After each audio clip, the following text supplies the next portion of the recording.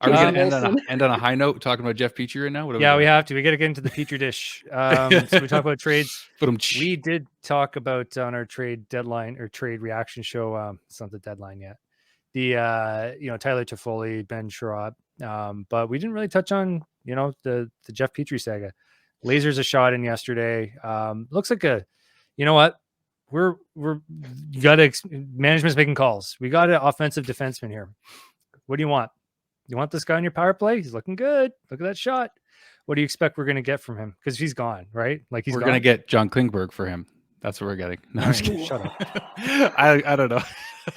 That's the dream. That's the dream, but probably is it not realistic. No. Just a living room GM type dream. Mm-hmm. Listen, Jeff Petry, you can't really base his value on his season this year. It's clearly not representative of what he's worth. If you take a look at his past stats and his past season, he's the type of guy that could probably go fetch you a first or probably the same amount as Ben Sherratt. I don't know. The talks are very popular throughout the league right now, according to who was it, Pierre Lebrun, who mentioned that yesterday. So again, a lot more speculation right now than anything else. It just seems like a yo-yo, he makes bad plays, bad reads, but strings a goal in yesterday, takes a dumb penalty, and then gives up the puck, gives up a goal. We lose the lead. There's no consistency, I guess. That's the word that I'm going to revert to is consistency from Jeff Petry. Do I agree with the way he's being treated on social? Probably not. I mean, it's pretty excessive. I mean, let's calm down. Mm-hmm. But there's also another part of me that's saying, well, I mean, he's not playing the way we know he should. He's making bonehead moves, but I don't know. But you have to assume that, yes, he is gone by the end of the season. That will be my bet. So, yeah, Drew, you want to pitch yourself on the ground lemonade somehow. Go for it.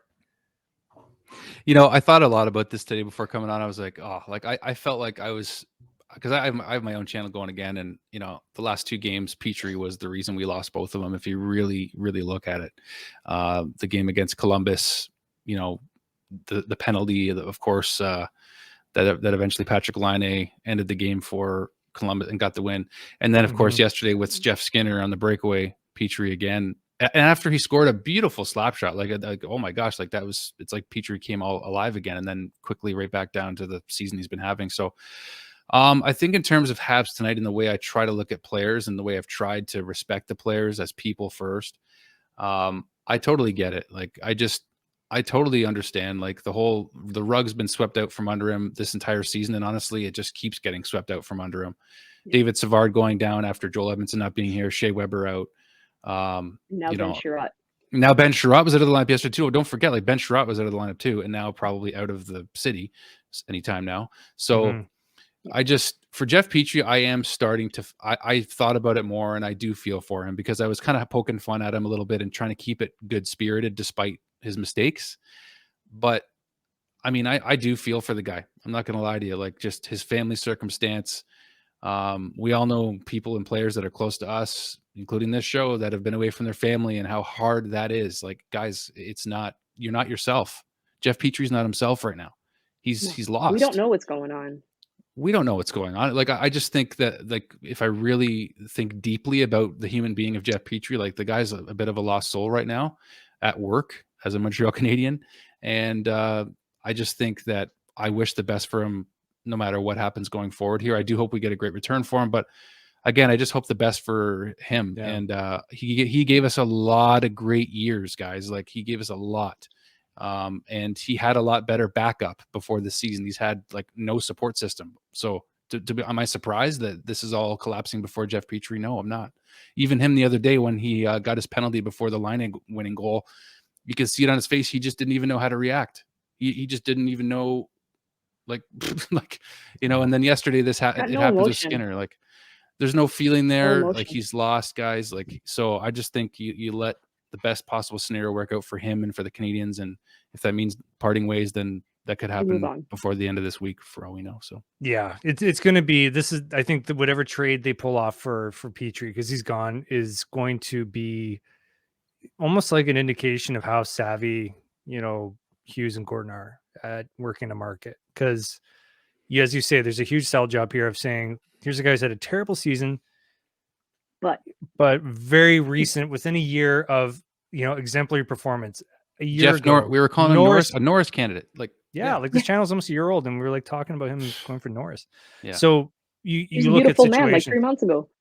Jeez. He still is a beautiful man, but like, yeah, I feel for him, man. I feel for him. And then he lasers a shot in last night, and you go, okay, do you need, like, he's got power play capabilities? Like, there's things he could do on a good team, and that's, he can turn this around. I think that's the main thing. He, on a great team, he can turn this around in no time and benefit that team that's going into a playoff push or anything. Again, depending on what's going on in his personal life too. If it's something that's more, might affect him, but if he's put in a good situation, it's going to turn him around right away, and whoever's going to get him is going to benefit from that. Yeah. No, I agree. He's a leader too. And like, again, like, I just think he needs a fresh start in some way, shape, or form. He's a victim of circumstance to a point. Like, this is not all on him. No. We've been frustrated. We've been honest, but I mean, if we're just like the Montreal media has been dumping on him, and it's like, we know. Like, do you have to live tweet every single thing the guy does? It's annoying. Don't need to add more gas to the fire right now. We know it's shit. Don't need to fire it up. Yeah. Like, I was getting caught up in it myself, and I'm just like, what am I doing? I look like everybody else. And that's not what our show is about. That's why we're different. That's why, so anyway, that's enough on that, but I really wish the best for him.